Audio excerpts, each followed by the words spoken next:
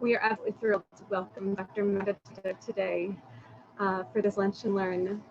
We know that over the last few weeks, over the last year, over the last 5 years, pick a time period, discussions about anti-Semitism, about racism, about how nations face their past and how individuals are part of that project have been really, really present in different ways for us in America, for people in Europe, for people in Israel, looking at recent history, looking at very distant history. And we are so thrilled to have you as somebody who really has studied this in depth, has written about this in depth, and looking at how we can understand some of the historical forces and what it is that is helpful to know as we are both learning about them and participating as citizens in a community that is really trying in some ways to have a reckoning, and where we have a population of people who are really trying to not have a reckoning. What does it mean to be living in these kinds of moments? So I will turn it over to you. We are so thrilled that you, oh, and I will just say that Dr. Teter is a professor at Fordham University of History and Judaic Studies, and has written multiple books on topics related to what we're going to talk about today. And I strongly recommend that when you look at your registration page, or if you look on our website, I don't know if I would call it beach reading, but then I have a different concept of what beach reading is. I would totally read about the blood libel while sitting at Coney Island on the boardwalk. But these are definitely incredible resources that I would very strongly recommend. And if you take anything away from today, I hope it's a beginning of inspiration to want to learn more and to dig deeper. So with Thank you. Magda. Thank you so much, Rabbi James, for having me here, and Judy for spurring this event. And I'm really delighted to share with you some of the thoughts about reckoning with the past. We're living at the moment where the past is being challenged, where some people want to look deeply into the past and reckon with it and see what it means. Some people are resistant to it. I have been thinking a lot about reckoning with the past. I started as a traditional historian, looking at sort of what happened and trying to unearth new aspects of the Jewish past, and especially in Eastern Europe. Then I expanded my work, but I've become much more recently interested in the questions of how the past is being used and abused, and how important it is for us, for broader aspects of our society, not just, people who are interested in history. So I grew up, I'll share the screen with you. I grew up in communist era Poland, and the questions of the past were very much present. And I remember during the 1980s Solidarity era, where the past was contested by the Solidarity, the way the communists and the communist government told the Polish history was contested, especially in terms of the role of the Soviet Union played in the recent history of the country. And just as I was entering the university, that's what happened, the transformations of Eastern Bloc, and a lot of taking of statues. This is a picture of removal of the statue of Dzierżyński. Felix Dzierżyński was the head of the secret police, Soviet secret police, and renaming of streets. So there was a certain kind of cleansing of the past, or at least the public spaces, of certain vision of the past. But the communist regime also wanted to silence the communist regime, and subsequent government wanted to silence certain aspects of the past. And let me show you something. So here is a book that was published by a defector who used to work for the Polish People's Republic Censorship Bureau. This is a book of censorship in the Polish Republic, published in London, 1977, and it has predominantly primary sources that he spirited out of Poland as he made his way to Sweden. And this is a list of authors that were to be, and writers and intellectuals that were to be silenced and muted and not talked about and not published. And if there is any mention of them in the press, in reviews or anything about them, that was not to be allowed to be published, that was to be suppressed.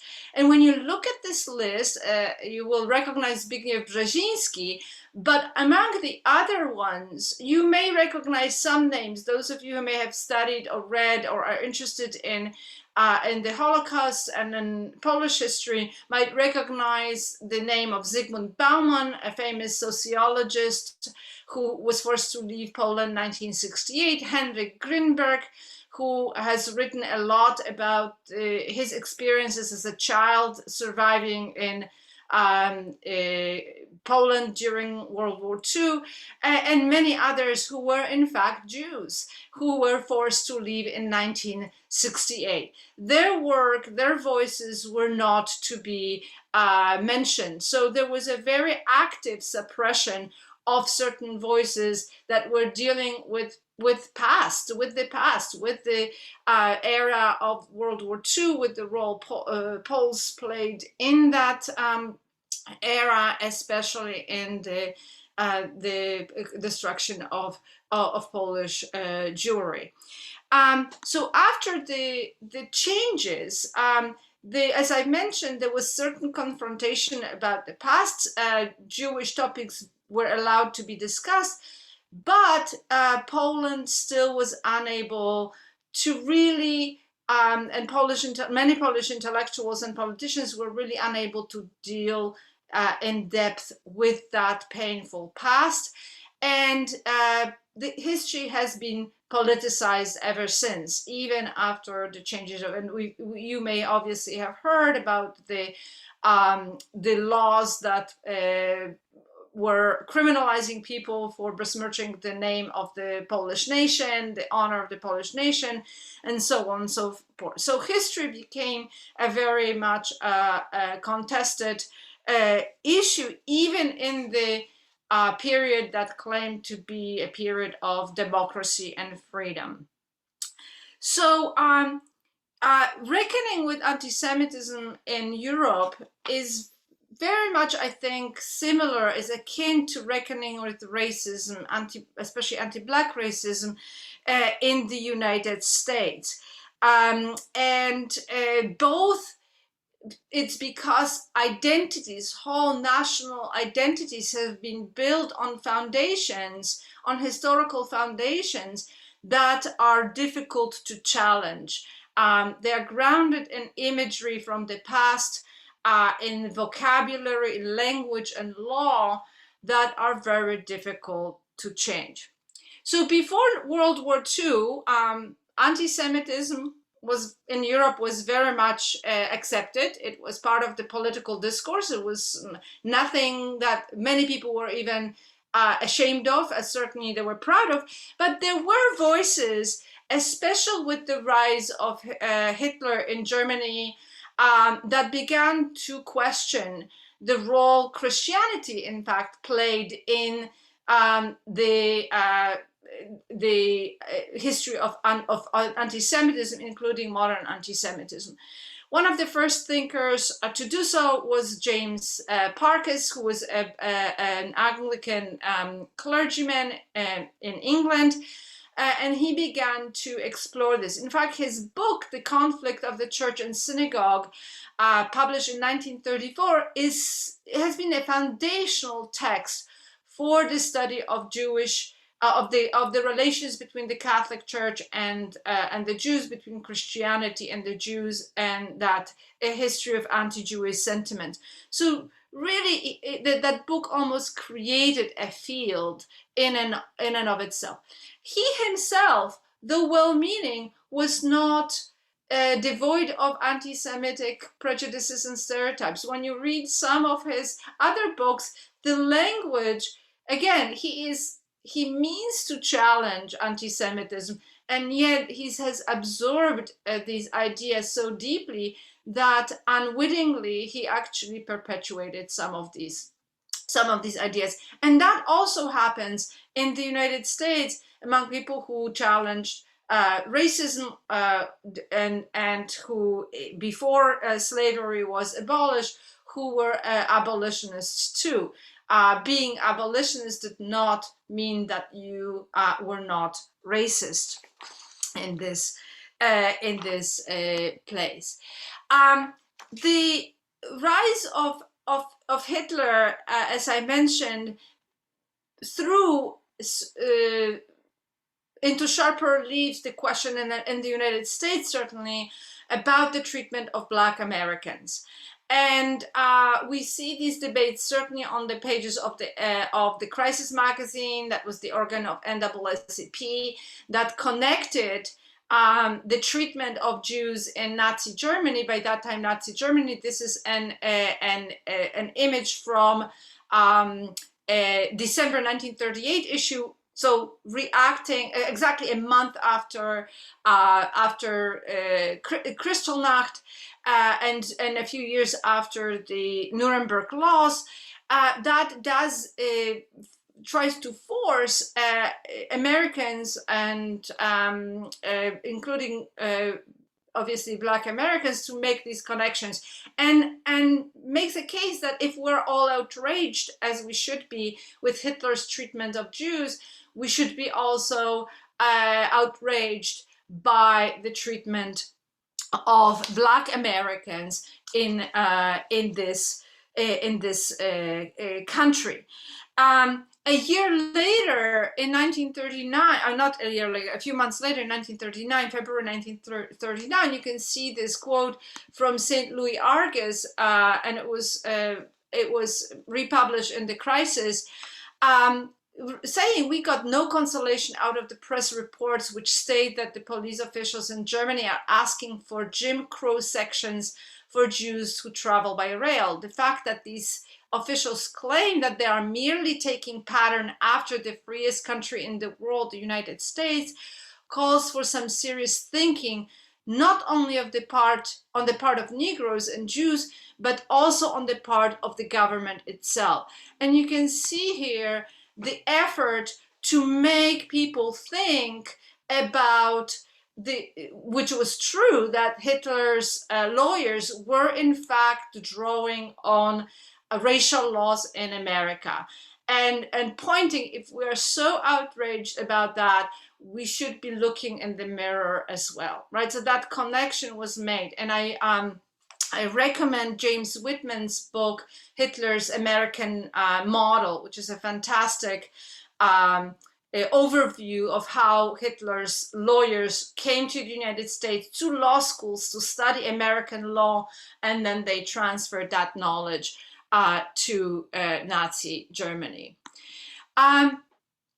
What changed was World War II changed certain things. It prompted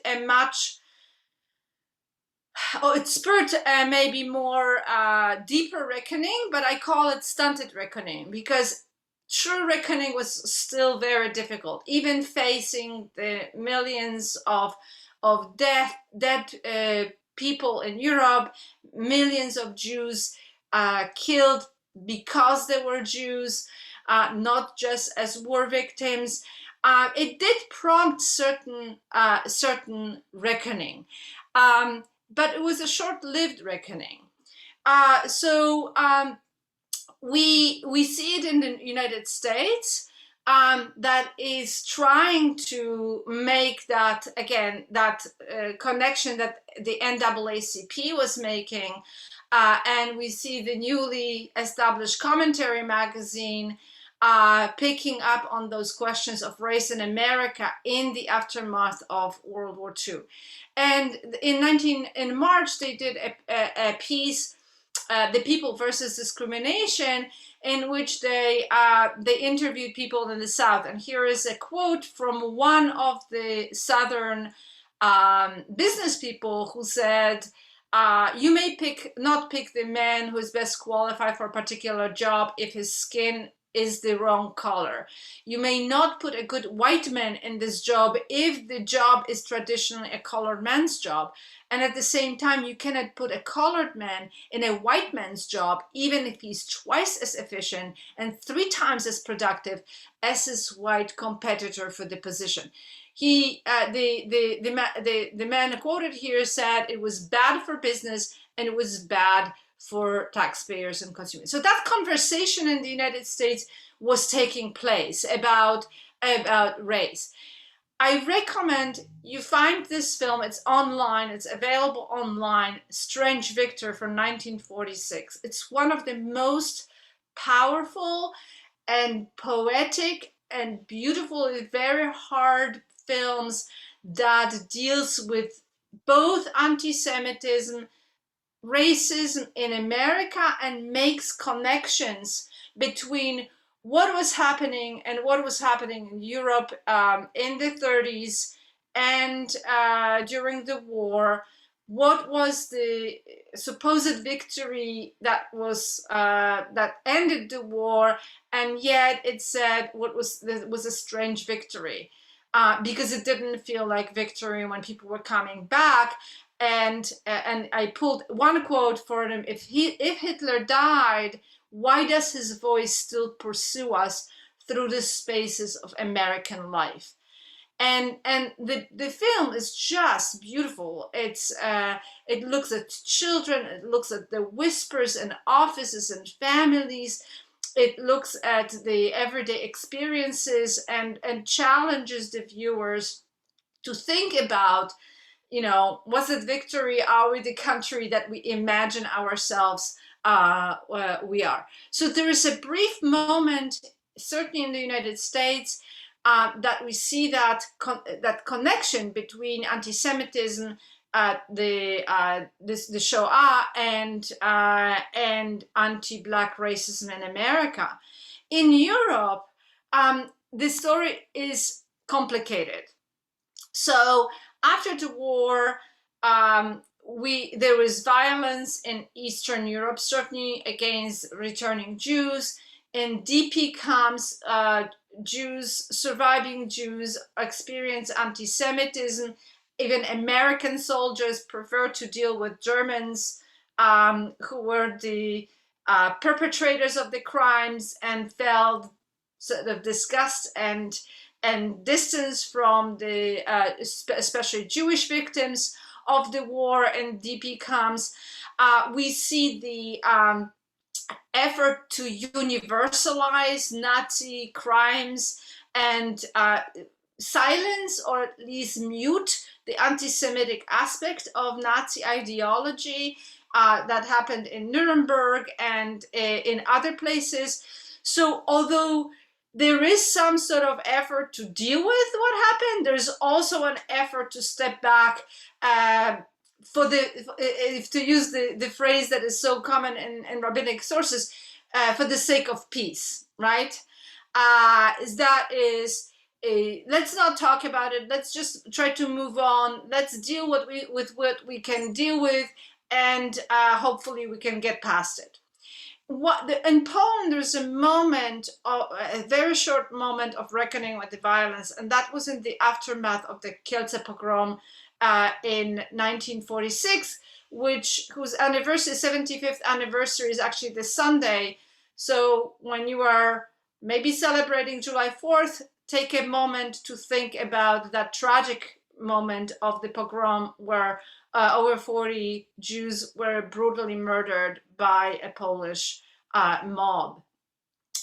And again, like what we heard in the film that would be made 2 years later, there was this connection made between Nazi anti-Semitism and anti-Semitism in Poland, both before and after the war. And here I pulled a couple of passages for you.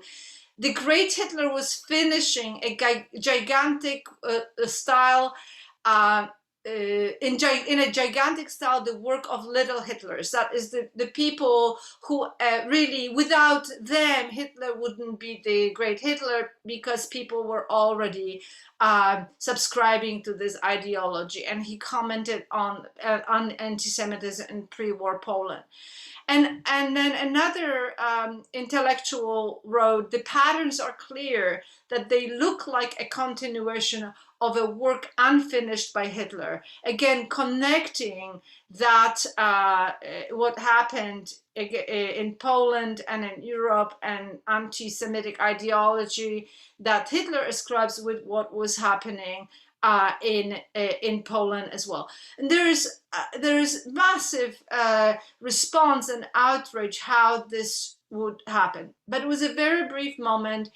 The populist anti-Semitism became much stronger than the moral outrage, and the communist regime, though it immediately arrested many of the perpetrators and actually executed at least 9 of them a few days after the pogrom, then the question of anti-Semitism was pushed to the wayside. And this is one of the comments that the New York Times reporter reporting on the execution of the sentencing and then execution of the perpetrator.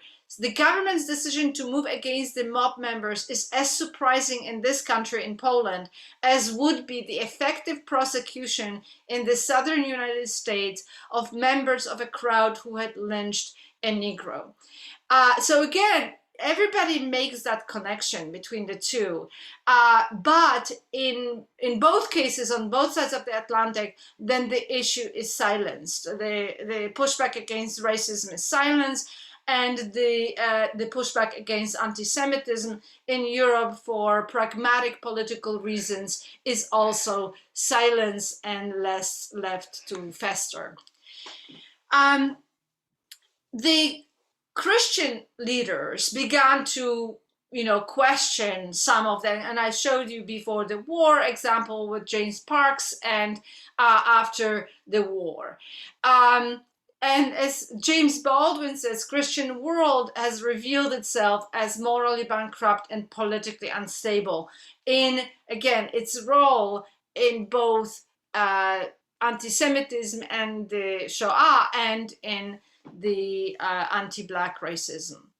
So what we see, we have, again, this sort of kind of evasive ways of dealing with the past, but not really able to fully confront the core issue that was behind the war and Nazi ideology. So we have Protestant churches in 1945 issuing the Stuttgart Declaration of Guilt, but the guilt was, they were guilty of not witnessing more courageously, not praying more faithfully, not believing more joyously, and not loving more ardently. And therefore, there was no mention of ideology, no mention of hatred, no mention of anti-Semitism.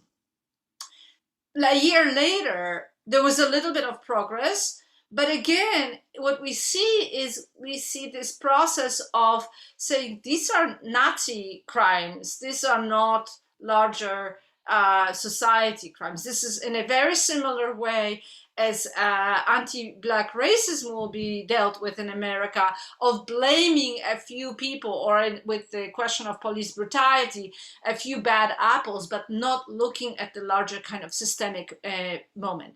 So a deep sense of horror at the unprecedented tragedy which has befallen the Jewish people in consequence of the Nazi attempt to exterminate Jewry.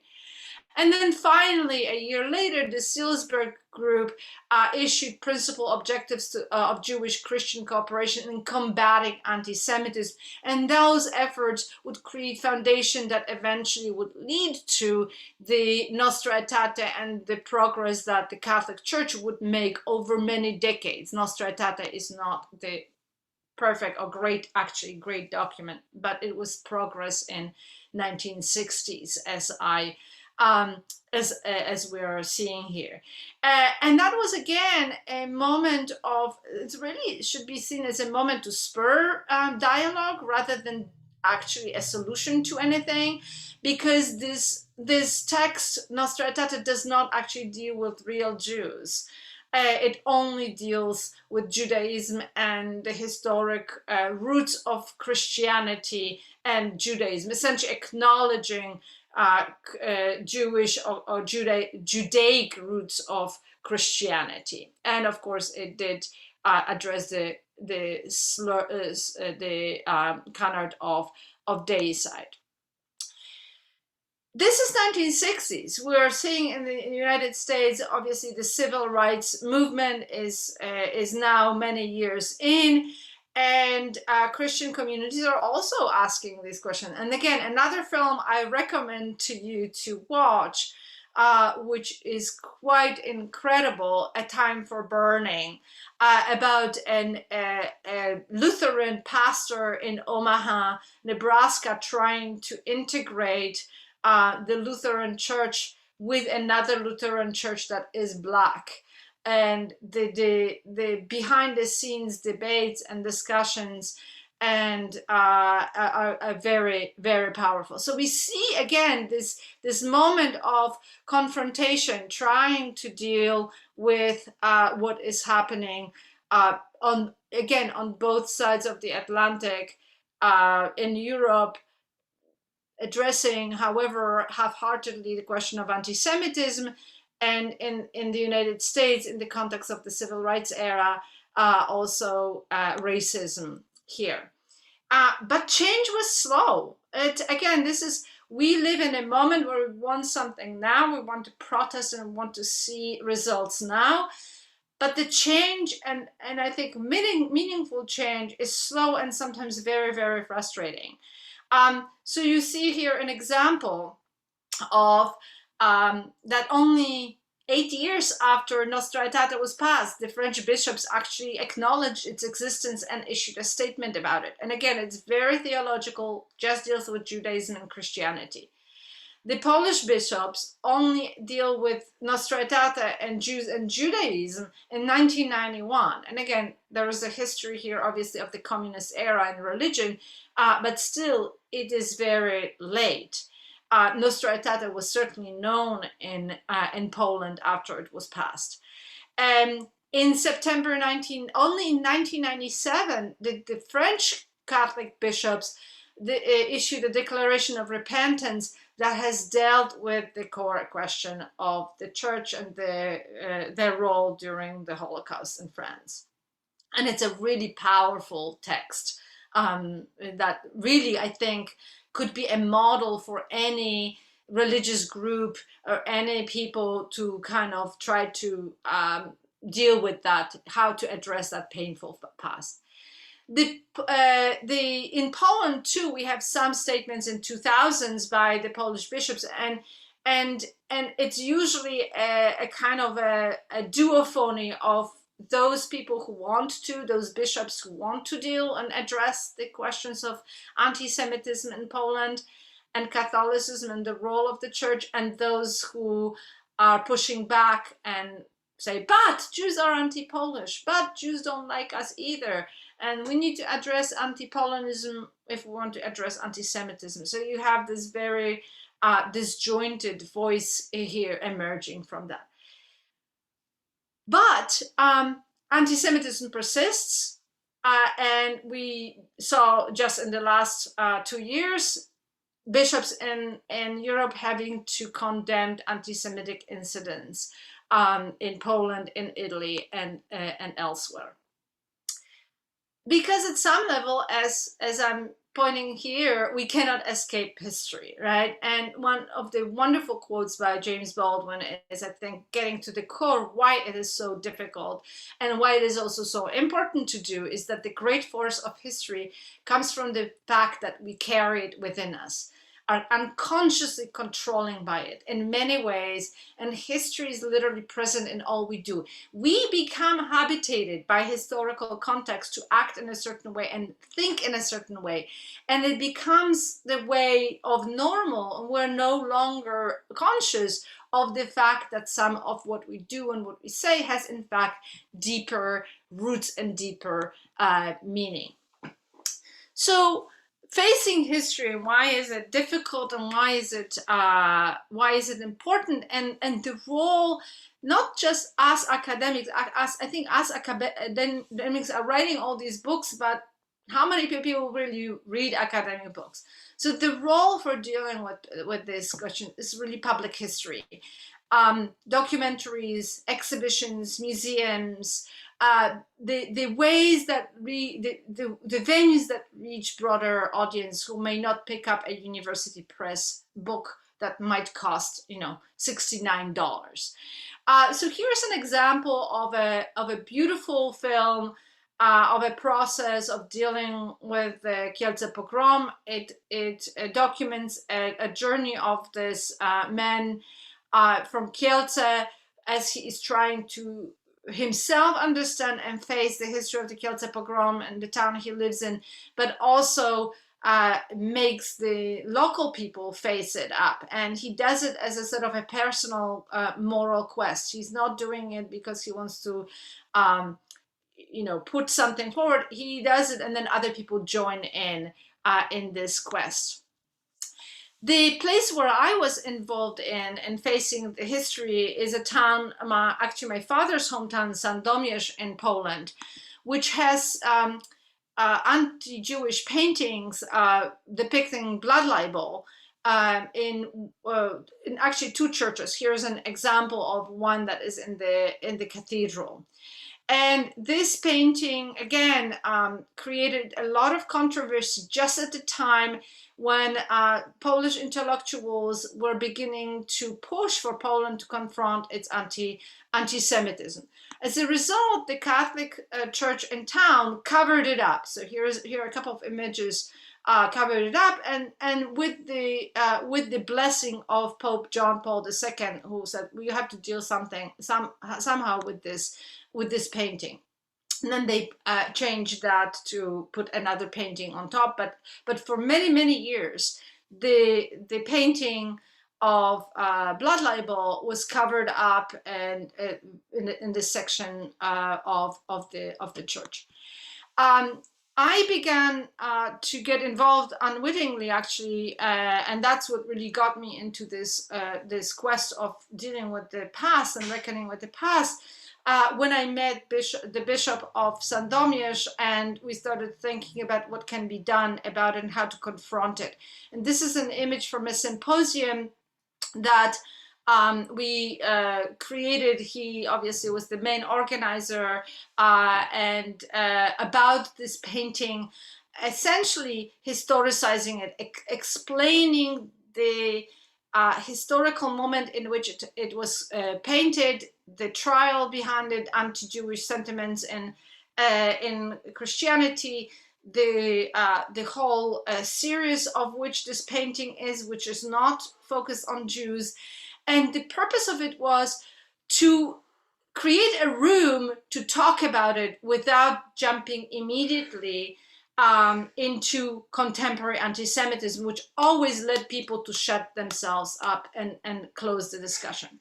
So we were able to create this space to discuss it in a distance way, about 18th century. We're 3 centuries away from it. Let's talk about what happened 3 centuries ago. Some people found it unsatisfying, but again, change is slow and patient, and we see the difference. There was another symposium. For the first time, Sandomierz was able to talk about Jews in 2013 in an open discussion. A year later, there was a celebration of Judaism in Sandomierz with the presence of many bishops and archbishops. And then a plaque was put in front of the painting, which is not perfectly worded, but again, change is not perfect. Change happens sometimes through small steps, progress, and missteps. And now we see the town talking about the Jewish past as part of its past. And just last year, there was a big exhibition in the local regional museum called The Absent, NIEOBECNI, about the Jews in Sandomierz, the history of Jews in Sandomierz. You know, it had the typical objects like the Torah and some Judaica. It had images and explanations of the synagogue, but this is an interesting image because it shows the centrality of the synagogue. This is the main market square and the synagogue is right here. So it gives the viewers a sense of that this is a central place. You know, the images of Jews of different, not just Hasidic Jews, which is often, but Jews who look like a, you know, here you have a barber in town and things, and then much more kind of seeking to present a diverse issue and diverse past. But it also dealt openly with the blood libel accusations in that town. And it, right and center, talked about and showed that painting for a way from which they were escaping for decades. So again, that process may not have been perfect, but now talking about that past, what happened in the 18th century, that Jews of the time were falsely accused of killing Christian children, is talked about it as part of the town's past. It's no longer seen as something to run away from, to avoid, but becomes part of the town's history, as does the history of the Holocaust in the town. So again, you know, some of the text probably, if I were writing it, I would rework perhaps here and there, but it is an incredible progress, an incredible manifestation and evidence of how change can happen and how it can be a freeing aspect for given town, nation, or people. There were other examples. For instance, sorry, I will get to Richmond in a moment. In Italy, in Trento, which was a site of one of the most famous blood libels in 1475, that is still reverberating in European history and even American history, because the shooter in the Poway synagogue referred to the story from Trent, of Simon of Trent, as a motivator for shooting the synagogue near San Diego. So last year, actually in 2019, in December 2019, just as the epidemic was about to hit northern Italy, in fact, the museum, the Diocesan Museum of Trento, put out a massive exhibition, The Invention of the Guilty, in which they showed how our art and a word created and manufactured the Jewish guilt in this case, accusing them of killing the little Simon. The exhibition in the end had to shut down because of COVID. I was going to fly, but my flights were canceled, so I actually never saw the exhibition, but I have the catalog with all the items that they've created. And again, and the exhibition did win a European award of how to face history. And they hit it right directly. This was an invention of the guilty. This was manufactured lie. It wasn't, you know, respect, oh, this cult and this is patrimony of the town. It was really hitting it straight ahead. Finally, Richmond. So Black Lives Matter movement obviously created another push to deal with the Confederate past and in the South. And here's an image of the General Lee's statue in Richmond. I think it's in a beautiful evidence of how past is changing. So when it was put out at the beginning of the 20th century, it was during the Jim Crow era, it was a manifestation of white supremacy. Defaced as it is now, still standing, but defaced with Black Lives Matter, graffiti and so on and so forth, it is showing us how we as a society have changed. Right, what was a pride of the town now becomes a shameful aspect of the town's history. And shame is good. it's good to feel shame, because it means that we've moved on. And I think that shows you, that image here shows you.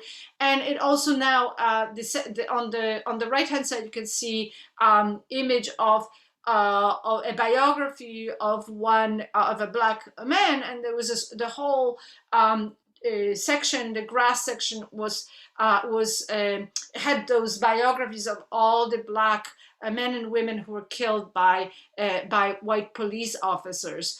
Again, making in dialogue what that history means and how it reverberates with today.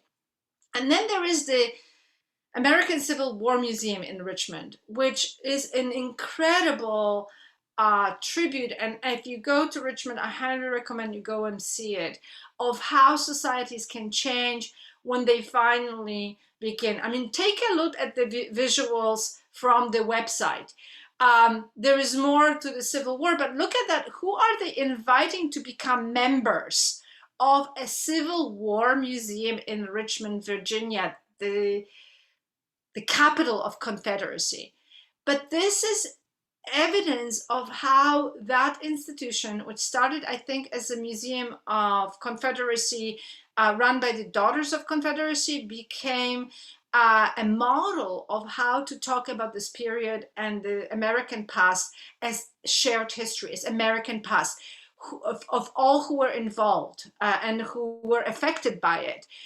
Black, free and enslaved Americans, white slave owners, and Confederacy soldiers and their wives and children.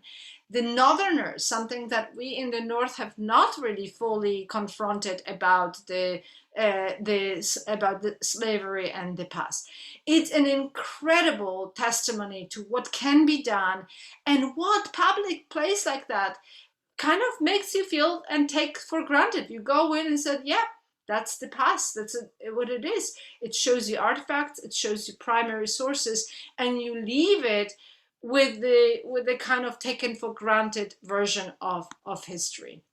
Here's another shot from the website of what they tell you how they are head-on addressing the issues and historicizing the issue, the Monument Avenue, the Confederate battle flag.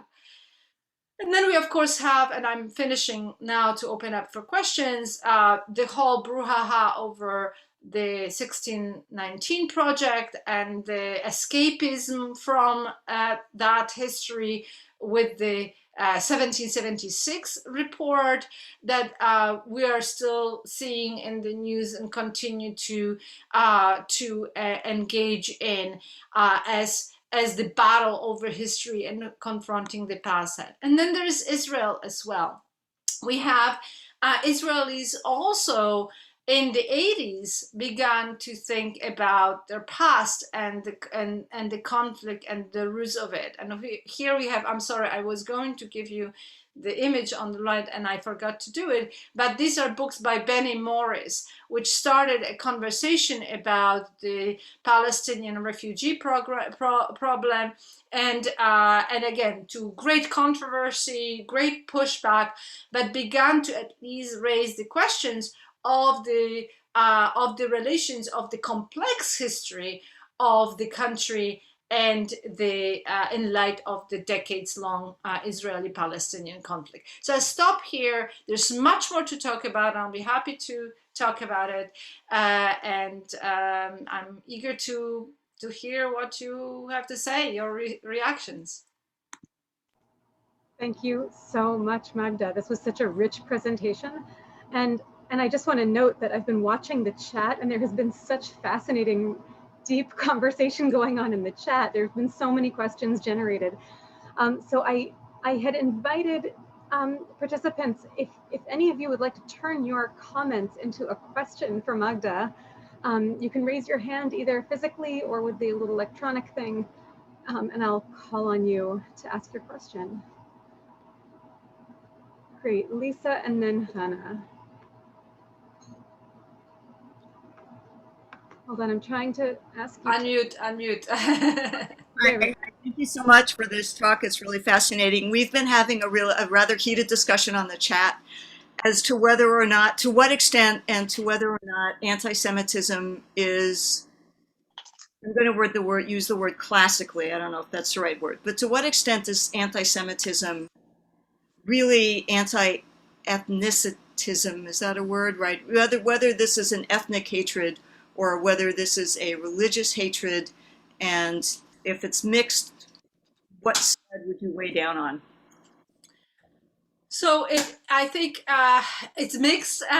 It has roots in religion, and it emerges in, I mean, there is obviously anti-Jewish sentiments before Christianity, but they are related to Jewish observance and Jewish difference because of their religious practices. So I think it is rooted in religion, but with Christianity, which really is the main key that gives us the long history of what becomes modern anti-Semitism with all its conspiracies, is religious. And it is religious before it becomes ethnic. That is, the Jewishness was not indelible in pre-modern Christianity. You could, let's bracket, I know somebody said, but what about Spain? Bracket Spain for a moment. You could, when you become Christian, you would shed all your Jewishness and you could become, so, and that prejudice and any disabilities and any even traits, like they believe that Jews had specific smell or that Jewish men menstruated, would cease after you converted. So it was part of what I call really religious Christian supremacy at that point. It's not yet white supremacy because there is no whiteness involved until the colonial period. But it becomes this sort of Christian superiority that is developed in response to Jews and Judaism and Jewish rejection of Christianity. Right? So there is Jewish hatred that is religious because Jews, as practicing Jews, remind Christians that they are rejecting the message that Christians say was really coming from Judaism, right? And in that way. It is linked because if you are observant Jew, you are a person, and it's not just abstract Judaism, right? So it becomes ethnic, and in modern times it becomes racialized. That is, Jewishness becomes indelible, even if you become a Christian, right? And that is that connection between racial laws in America and modern racial anti-Semitism. And at that point, it becomes a hatred of Jews as people, regardless if they, have bacon and eggs on Yom Kippur or if they go to shul fasting that day. Wonderful, thank you. Hannah, then Jeremy, then Shep. So my question relates to, and it really more about Jews than, for instance, the Black community in the United States, because it has to do with numbers. So in Poland, for instance, the Jewish population was, I think, somewhere like around 10% before the Holocaust, and it's, I don't know if it's close to zero, is probably a good number. So the question is, like, it seems to me like it's a lot easier to commemorate Jews now because they are not existing in Poland. And I would like Magda to speak about a little bit about motives for this sort of, on one side, unfortunately it's changing a little bit right now in Poland, of that need to rectify and remedy and sort of accept and create museums. My mother's town, Chrzanów, had more than 50% Jews. There are no Jews, there's a museum, you know what I mean? So, yeah, that's right. I think you found the question there. Yeah, no, it's a great question. And I think it's a right. I think you cannot discount there is some moral urge that. I know some people who are have become involved in this because it was a moral question. This is how I, as a person growing up in Poland, became interested in Jewish history, because precisely there was no Jewish presence, but there was very stark presence of the past of Jewish life in Poland. There is, and I also want to, give credit where credit is due. Not every town that had Jews has a museum. Not every town that had Jews has dealt with its past in one way or the other. There are some places that are still avoiding it. There are some places that destroyed synagogues after World War II. There are some places that destroyed Jewish cemeteries after World War II. There's some places that are restoring those cemeteries.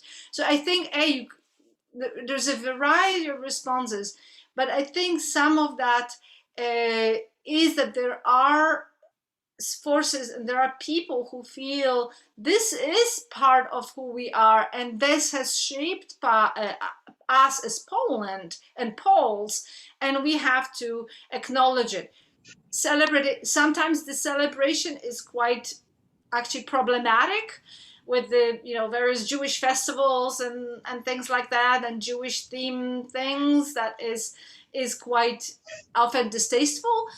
But some of that is an effort to unpack that past. And again, it may not always be perfect, and sometimes it might be very problematic, and it is very problematic. But it is a step forward to acknowledge that there was this, this past, this shared past. And I think it comes partly now because, as you suggest, it may not be as threatening anymore. Although now there are, again, some laws about property rights that are, making rounds and leading to debates and conflict. I just saw a headline, I haven't read the article, regarding a response by the Minister of Foreign Affairs in Israel about some law that just is being considered that would limit the recovery of property, formerly Jewish property. So there's also that, I think, that is making some of the towns not deal with the Jewish past because they don't want to deal with the question of who lives in whose home. And that is a hard one. Thank you. Jeremy, would you like to ask your question? And then Shep. So I wonder if you would comment a little bit. Well, I have thousands of questions. The notion of anti-Semitism in Europe seems more locatable and with a history of the Holocaust than anti-Semitism in the US. And the history of racism seems to be more present in the US than in Europe, vis-a-vis the immigration of especially Islamic populations. Okay. Am I phrasing that as a question? I just want you to comment on whether you see that, in US, we deny our anti-Semitism, and it seems to be almost, except in recent days, minor. But it was still very extant even in World War II. Yes, and that's what the film that I suggested, The Strange Victory, really deals with, right? The existence of anti-Semitism in the United States. There's obviously a huge difference between anti-Black racism and anti-Semitism in the United States. Anti-Black racism is systemic and was de jure, which is a clear distinction, whereas anti-Semitism was social. There was no exclusion of Jews by law limiting the voting rights, residential rights. There were discriminations that were allowed because American law allowed for private discrimination against people, but there were no laws targeting Jews in the United States. That's the key difference between anti-Black racism, systemic racism, versus anti-Semitism in America, which existed from the very beginning and continues to exist. In Europe, however, there were anti-Jewish laws, right? There was in pre-modern period, there were specific laws that were targeting and singling out Jews in complex ways that helped create what I called, again, Christian supremacy. In that way, in America, it becomes white Christian supremacy, which is why anti-Semitism exists in America, because it's still very much Christian supremacy, with race issue, color race issue added. In Europe, obviously you don't, although you had some Black people, especially with colonies, European colonies, there were people of color, there were, you know, multicolor, multi-ethnic populations, especially in Southern Europe, closer to Africa it was. So it wasn't that people of color didn't exist in Europe, but of course the numbers were smaller, and Jews were the dominant group that made Europeans, Christian Europeans, define themselves and create and build their identity against. Jews were the key population, and that population allowed Christians to build that sort of sense of identity as unified Christian and dominant, right, superior. And that's what I mean, that there are these similarities between anti-Semitism in Europe and anti-Black racism in America, because it's both systemic and it's a dominant factor in building that identity, right? I mean, when European Union was considering its constitution, Poland and maybe even Hungary was joined by Hungary, but certainly Poland objected that the preamble doesn't refer to Christianity as the roots of European culture, right? Because it is so deeply, and that is exclusionary, as Jews were seen increasingly as from the 18th century as non-European outsiders, even though they had lived for 1,000 years or even over thousands of years in Europe, because they were de-Europeanized through this sort of tying them to Palestine and Judaism to Palestine and so on, and Asiaticizing them, as they would call them. Jews were Asiatics, Oriental Asiatics, even though they were French and German and, you know, Polish and so on and so forth. So so that's I think the key difference. And I think we often talk about prejudice as a cultural issue, but we often forget the law and the role the law and legal structures play in affirming those cultural prejudices and firming them up and creating structures that are then very difficult to move, and people then begin to be accustomed to act in a certain way because of these are the frameworks of the law.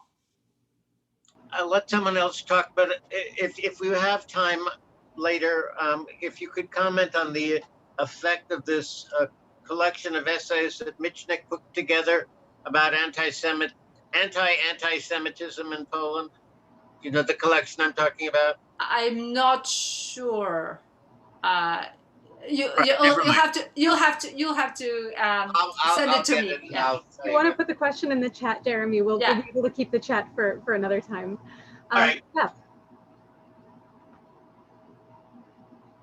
And this is going to be our last question. My turn? Yep, please go ahead. Okay. Yeah. Hi, Magda. So you were distinguishing between anti-Semitism that's racial, like Nazism, and more anti-Jewish religion, the Inquisition. But the truth of the matter is that even when Jews sincerely converted during the Inquisition and stayed in Spain, they're always under suspicion that they didn't. I don't know I speak Spanish, but I don't know. They didn't have pure blood. Sanguine pura, whatever it was. They didn't have pure blood. So there was a racial aspect. Yeah. No, that's why. And they still married among themselves, the secret Jews, the new Christians. So there was always a suspicion. And like you mentioned before, the touching upon the whiteness and the Europeanness, everybody knew the Jews believed in a different religion, but they also knew that they came from someplace else. They knew they came from Palestine. They knew they were foreigners, and they didn't have a physical location. There was lots of migrations and expulsions all over Europe, all kinds of people, Polish people, Hungarian, everyone went everywhere, but the Jews had nowhere in Europe. Now that led to Zionism later on, but the Jews never really had a place, and everybody knew it. And they were always seen as foreigners, racially different. And I just think that Judaism, I just think of anti-Semitism as a form of racism. All racisms are different: anti-Latin, anti-Jewish, anti-Black, anti-Asian. They're all specific and special, but this is a form of racism. And I think we as Jews in the United States, as a minority, we get lost in the shuffle with the people of color, blah, blah, blah. Well, our Arab brothers and sisters, they're people of color, and they get that attention. And we somehow got our honorary white identity after the second. That's another discussion, how the Jews became white. Chef, I think that's a lot. Okay, Chef, a lot for Magda to respond to. Yeah, so first of all, I said that I have to bracket Spain because Spain was in fact very different because of the mass forced conversions. There was the sense of essentially distrust of who was a true convert. And that's where the purity of blood laws came into being in the 15th century. So that's a very different case from the elsewhere in Europe, where Jews sincerely would convert, or even not sincerely convert, but then eventually, because they converted, their families would become assimilated. So it was a very different case in Iberia, where there were these massive forced conversion, and in Portugal in particular, where the whole community, not just some people, but the whole community was converted, retaining the communal structures and so forth. So that's a very specific, different case in that in fact it does become racialized, and it in fact helps create models for then racial hierarchies that happen and are deployed in the colonies by the Spanish and Portuguese, and then embraced by the English and the Dutch as they become colonial powers. So there's actually that connection between the limpieza de sangre in Iberia and then the racial hierarchies in the colony and the emergence of whiteness. So I think I will disagree with you that it's always like that. There's always, Christians have been very uncomfortable with Jews because Jews have always challenged the Christian norms and Christian beliefs by reminding them that they may have gotten the interpretations of the Hebrew scriptures wrong. And by always reminding them that, well, we don't agree with you, this is our scriptures, but we don't see what you see in it. And that has been always very threatening, right? So we see that legislation against Jews. In terms of the whiteness of Jews, there are obviously a lot of Jews of color. There are Jews of color not only in Israel, but there are Jews of color in the United States. Some of them, in fact, come from mixed marriages from the colonial past. But Jews were in fact considered white in the United States by law because they were allowed to be citizens as early as 1791, when the first Immigration Naturalization Act was issued, that denoted whiteness as the eligibility for immigration here. That again doesn't mean that they were not discriminated against, but they were in fact considered white in that way.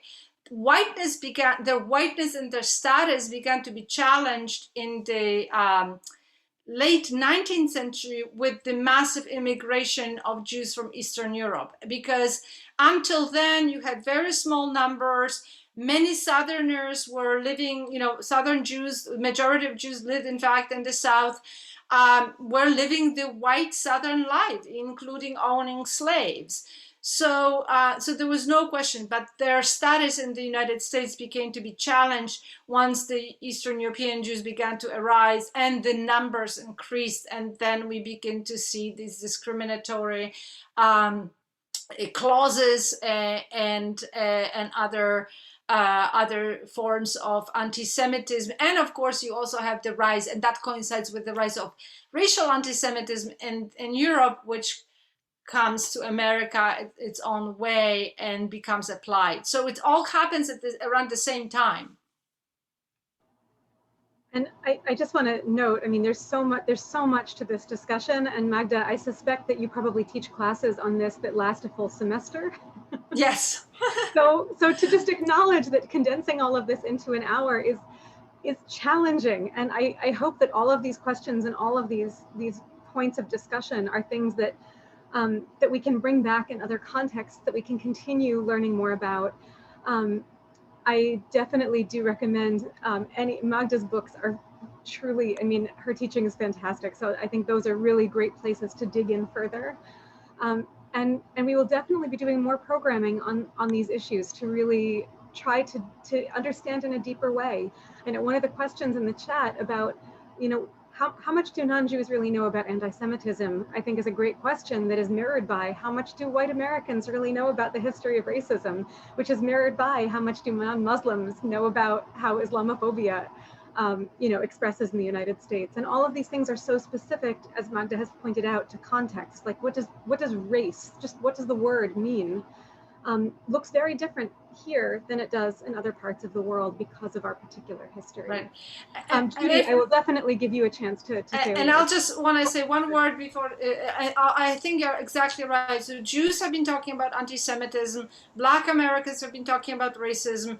Muslims were talking about Islamophobia, and we need to have these conversations across, right? We need to understand these differences, and it really is. Anti-Semitism is a Christian, and then of course later on, but it's a non-Jewish history, just as racism is a white history, just as Islamophobia is the history of non-Muslims, but affecting Jews, Black people, and Muslims respectively in their real bodies and lives. Can I just say one thing for further education? There is a ton of YouTubes from Fordham University Jewish Studies, from YIVO on this topic. If you search Magda's name or Fordham or anti-Semitic, there's like 3 days of blood libel if you really are wanting to get into it. There's just a tremendous library there to self-educate yourself. And I would be happy to share my syllabus with you if you want to see the syllabus. I teach a class on anti-Semitism, and this year I'm team teaching a class of anti-Semitism and racism. I invite you to join Fordham mailing list, because next year we're actually going to have a series of, not on anti-Semitism and racism, not necessarily of Jewish-Black relations, but on the conversation between Jewish studies as a field and Black studies as a field, as two groups that were oppressed in different ways, that are also diasporic communities, that what we can learn from each other without getting into controversies, and but actually listening to the histories and learning from the different histories to see whether there are connections, differences, and understanding those pasts in different ways. So I invite you to that. Amazing. Thank you. And thank you all for this incredibly rich discussion. I mean, between what's happened here in the Zoom and what's been happening in the chat, I'm just wildly grateful that each one of you is here with all of what each of you have brought to this discussion. And Magda, thank you for bringing this to us and for being willing to condense into such a short amount of time. Thank you for having me, and I'm happy to join you anytime you want. Thank you so much. Take good care, everybody. Stay cool. And feel free to email me if you have any questions or comments. Thank you for that. I appreciate it. Thank you. Take care, everyone. Bye.